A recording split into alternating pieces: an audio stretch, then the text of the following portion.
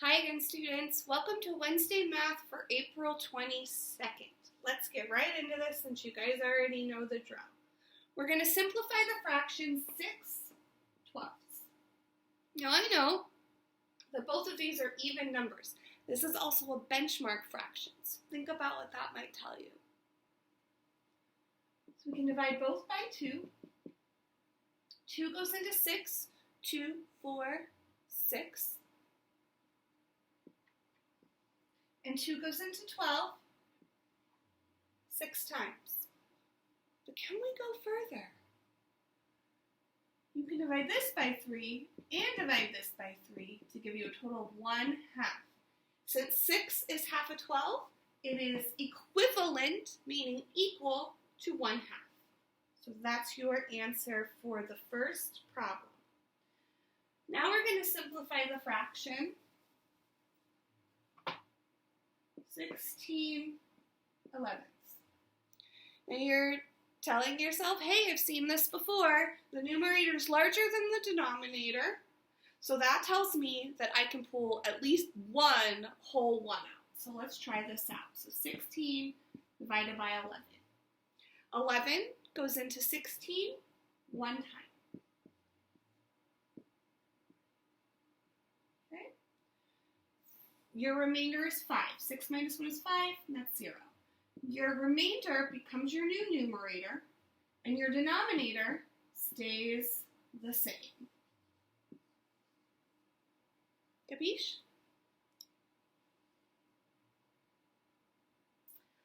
Now we have multiplying a decimal. Now remember, you just do it like a normal problem. So 12.89 times 7. Okay?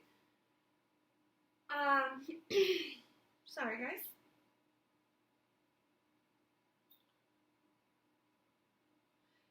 Nine times 7 is, sorry, I lost my problems.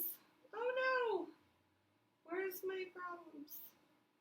Okay, alright, sorry. Sorry, technical glitch. Right? 12.89 times 7. Okay, so 9 times 7 is 63. 8 times 7 is 56 plus 6. 56, 57, 58, 59, 60, 61, 62. 7 times 2 is 14. 14 plus 6 is 20. 7 times 1 is 7, plus 2 is 9. That's it. We only have one digit here, so we don't have to go any further. So now you want to count however many spaces are to the right of the decimal point. So in this problem, we're only going to look at this top number. 1, 2. There's no decimal point here, so we're not going to count any spaces. And then you're going to start at your whole number, and you're going to come over 1, 2. 90.23. Next is a division problem for decimals. Okay, so we've got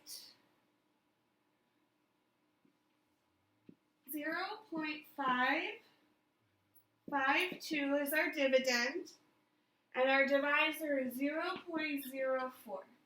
Right? Yes. So, you know the drill. We got to make this into a whole number. What we're going to do is we're going to move 2 spaces here, and then we're going to move 2 spaces here, and we're going to rewrite it. So this is going to end up leaving us with 4 into 55.2. Okay? It's okay to drop this 0, because it doesn't really matter anymore. 4 goes into 5 one time. Bring down the 5. 4 goes into 15 3 times. 4 times 3 is 12.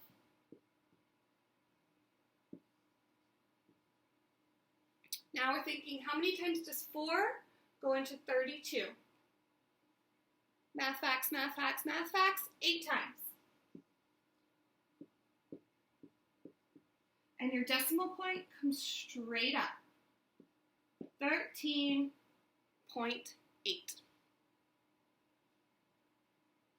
Okay, next one is addition. Now remember, you have to line up those decimal points. So we've got 3.89. Go ahead and put your decimal first. And then you've got 43.9.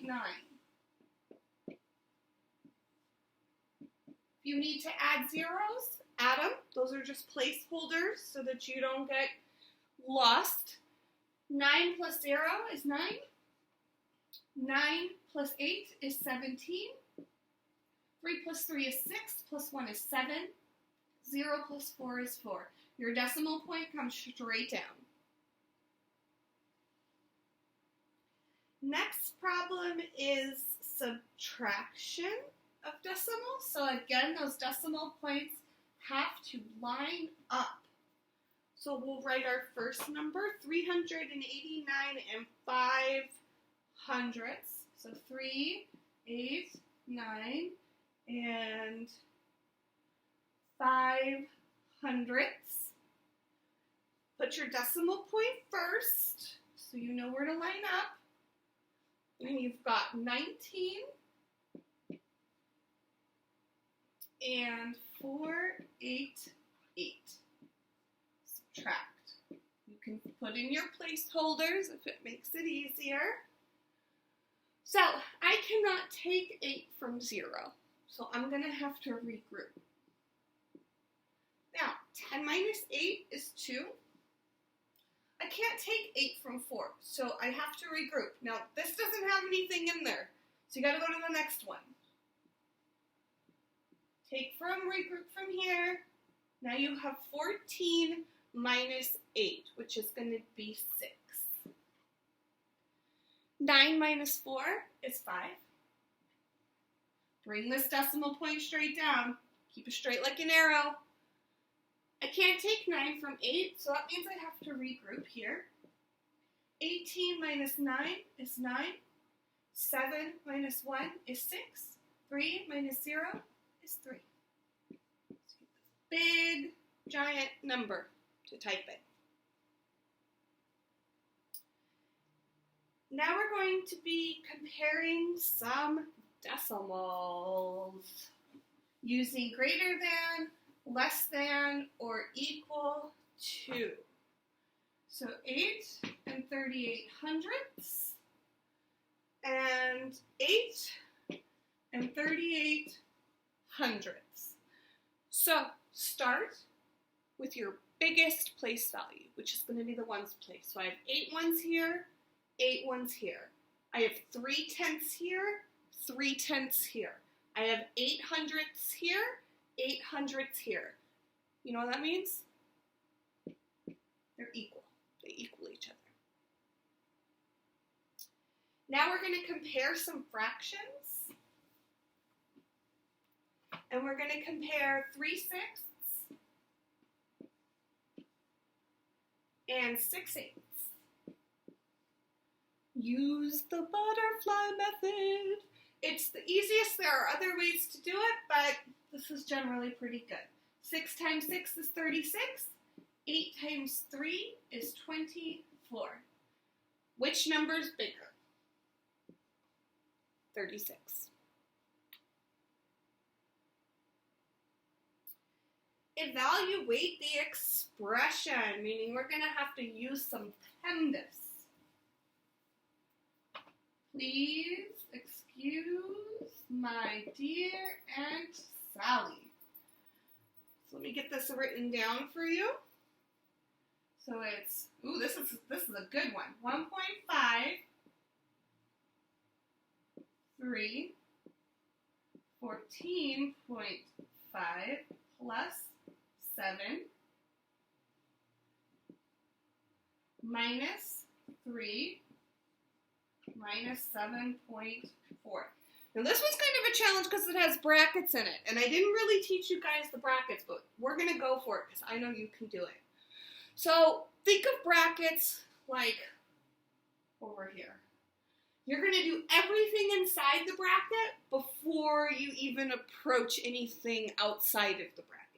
Now, when we're looking inside this bracket here, we have some parentheses. So we're going to need to do that first. So 14.5 plus 7. So 14, 15, 16, 17, 18, 19, 20, 21. So this is going to be 21.5. So rewrite it. 1.5 brackets 3 times, remember it means times, 21.5 minus 3. Oh, end of bracket minus 7.4. Okay, now, still inside the brackets here, still. We have subtraction, and here we have multiplication. Remember, when there's a number against the parentheses, that means you multiply. So the first thing we're going to need to do is multiply 21.5 times 3. So 21.5 times 3. Okay. 3 times 5 is 15. 3 times 1 is 3, plus 1 is 4. 3 times 2 is 6. We have one space to the right, so we're going to come one space to the right. 3 times 21.5 is 64.5. So let's rewrite this. Gotta rewrite it, right? 64.5 minus 3 minus 7.4. So, still inside these brackets, we gotta get rid of them. 64.5 minus 3 is going to be 61.5. Boom. So now we get rid of these brackets and we have 1.5 times, because that means multiply, 61.5 minus 7.4. When we look at PEMDAS, we know we have to multiply before we subtract. So now we're going to multiply 61.5 times 1.5. Times 1.5. Okay? Making sure you guys can still see this. 5 times 5 is 25. 5 times 1 is 5. Plus 2 is 7. Clara, it's okay. Clara, no, sorry. My dog is barking and I'm too far into the video. Clara, enough. Clara! 7 and then 30. Clara! I'm going to spray her with the spray bottle. She's working on it. Enough. No. Sorry, guys. Go ahead and erase these or cross them out. 1 times 5 is 5. 1 times 1 is 1. 1 times 6 is 6. Add them together.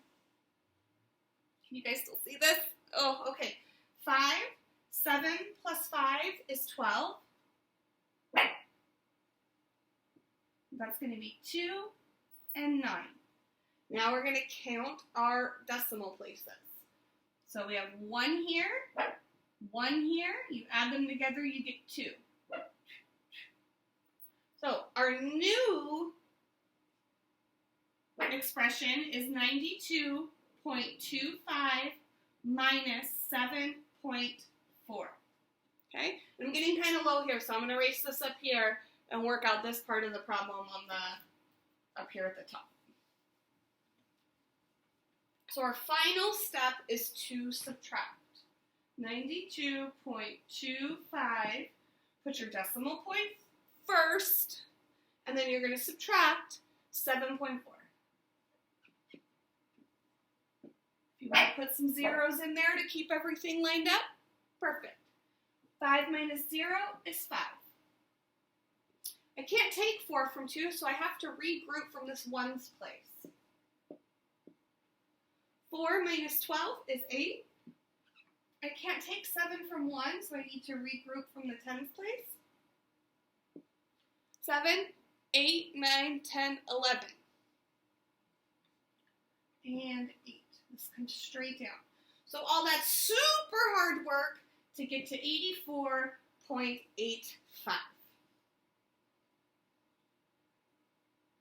Now we have a word problem. A recipe calls for 3/4 cups of flour and 1 1/8 cups of wheat flour. 3/4 cups of white flour and 1 1/8 cup of wheat flour. How much flour does the recipe call for all together? That all together, that tells you that you are going to add.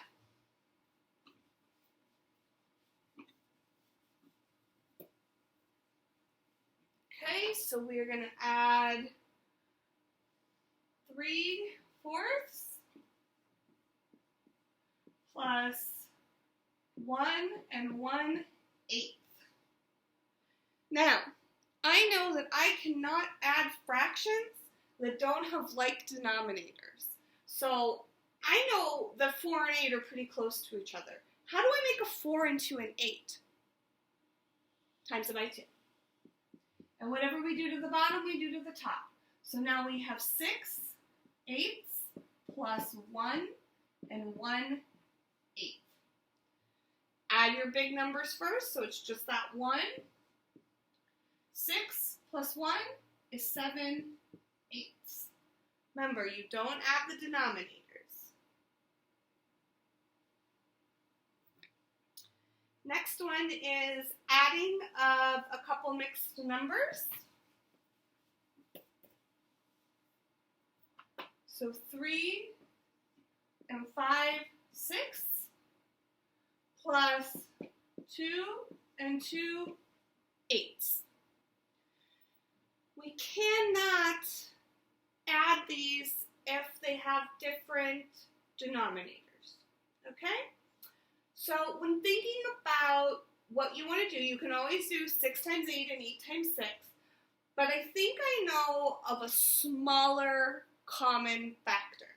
So we've got 6, 12, 18, 24, and then we've got 8, 16, and then 24. Boom. Right there. So 6 times 4 is 24. Whatever we do to the bottom, we do to the top. And 8 times 3 is 24. Okay? So I'm going to rewrite the problem.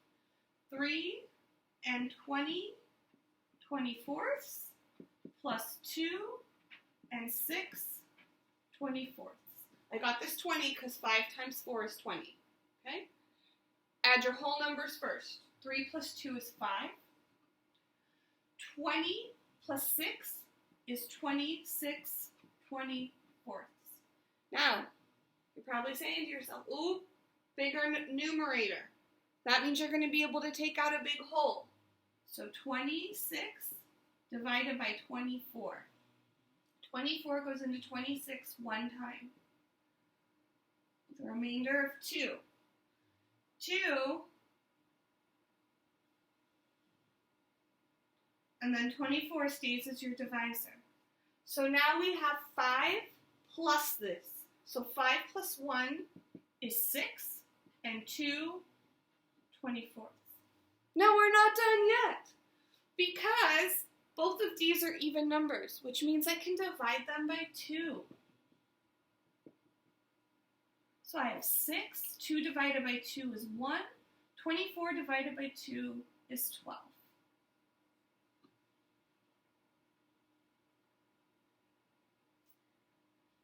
Our last question is another adding of fractions, mixed numbers.